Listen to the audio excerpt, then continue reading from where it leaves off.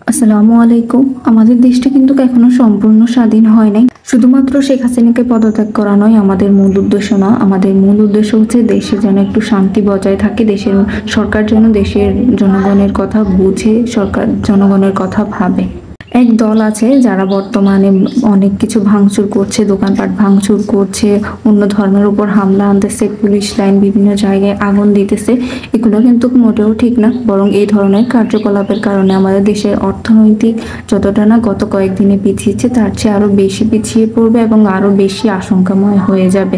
এবং অন্য দেশের সরকার এই আমাদের দেশটাকে নিয়ন্ত্রণ করতে চাইবে, ফলে আমাদের দেশটা কিন্তু আমাদের নিজের হাত থেকে চলে যাবে, যেটা আমাদের কারোর জন্যই কাম্য নয়। দেশটা আমাদের, এই দেশের সম্পদ সবকিছুই আমাদের, তাই এই দেশের সম্পদগুলোকে রক্ষা করার জন্য আমাদেরকে বর্তমানে সংযতপূর্ণ আচরণ করা উচিত, একটু ধৈর্য ধরা উচিত। সরকার ছাড়া কোনোভাবেই দেশটা চলা সম্ভব না, সরকার আমাদের লাগবেই।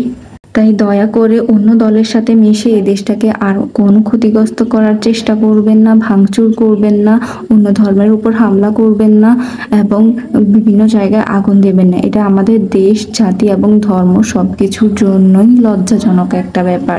দেশটা আমাদের, এই দেশটা কিন্তু রক্ষা করার দায়িত্ব আমাদেরকেই নিতে হবে।